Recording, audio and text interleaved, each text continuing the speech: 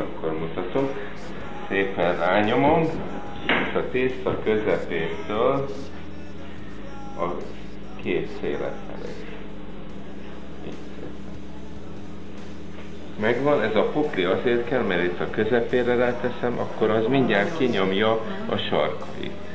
És egyforma vastagra tudom szépen nyújtani, és utána nyújtófával megigazítom. Itt mindenhol egyforma vastag, a széleit lehet egy kicsit lenyújtani és elvékonyítani.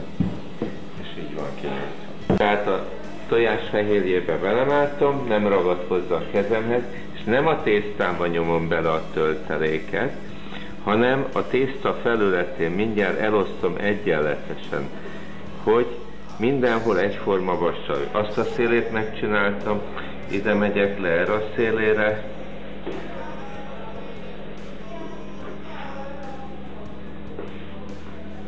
így.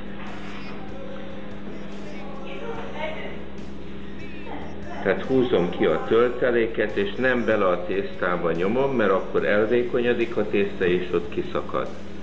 És így ez az új terápia. Az ujjammal szépen elnoszogatom a tölteléket. Amikor mindegyiket elkentem, akkor fogom tiszta kézzel, megfogom, a szélét egy kicsit felhajtom, nem hajtom rá a töltelékre.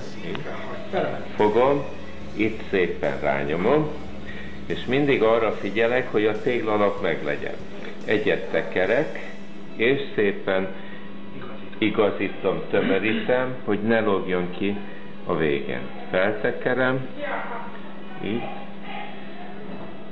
megint tekerek egyet, és fel van tekerve, és ide félre rakom. Jó? Ide félre rakom. Utána, amikor félre raktam, akkor megformázom, meghengergetem. Még egy kicsit kell hempergetni, hogy ez mindenhol egyforma vastag legyen. És gurítom, tetszik látni szépen? És oda gurítom, hogy ez a vágás itt középen legyen, ujjammal ellapítom, megigazítom, hogy az egyforma legyen végig, és fogom és így visszafordítom. És utána sütőtére rakom.